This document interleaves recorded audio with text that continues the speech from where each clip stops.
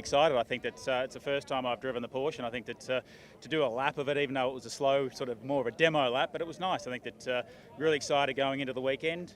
From what everyone's told me, the car is nice and easy to drive, quite neutral, which again is good for a 12-hour race. Well, again, it's a whole different concept of a car. It's a rear engine instead of a front engine we had last year.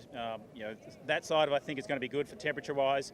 But really, at the end of the day, it's a race car. We just got to get our head around it. The biggest thing for us is to get our head around electronics and what works and how to operate things, traction control, the ABS, all that sort of stuff. Every manufacturer has a slightly different way of doing things, and that's really what I've just got to get up to speed with, more so than actually driving the car. It's just understanding what all the switches do. Same result. I think that there's no doubt this is a new evolution of the Porsche 911 than what they had last year. They had a fantastic run through Daytona last weekend. They had a 2 and a 3. So look, it's done 24 hours. It should do 12 hours, but look, at the end of the day, the three of us are really excited to get our sort of teeth into it, do some laps, see where we're at.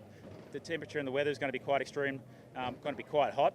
Again, hopefully that's bodes well for us being a rear engine car. Oh, look, it's quite amazing. It's very different to a supercar. The cars are very different. There's a lot of different manufacturers involved in this category, and the way that they operate is very different. So again, the Porsche's rear engine, the Mercedes is front engine, you've got the McLarens, Bentleys. You've got a whole raft of different manufacturers, different sounding cars, and that's really what the beauty is, that you can come and see so many cars competing. And I think it's the strongest field we've seen line up going into this weekend. I mean, extremely excited. It's one of my favourite events around my favourite racetrack in the entire world. So to come back now as the reigning champions is quite special. And hopefully we can achieve something similar. We've got a brand new car this weekend, so a little bit unknown.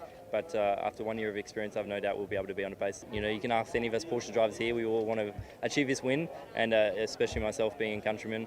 I've been lucky enough to win this race last year, and I want to do it again 100%. I mean, it's something quite unique also for the Europeans. A race that's starting in the night time, in the early morning.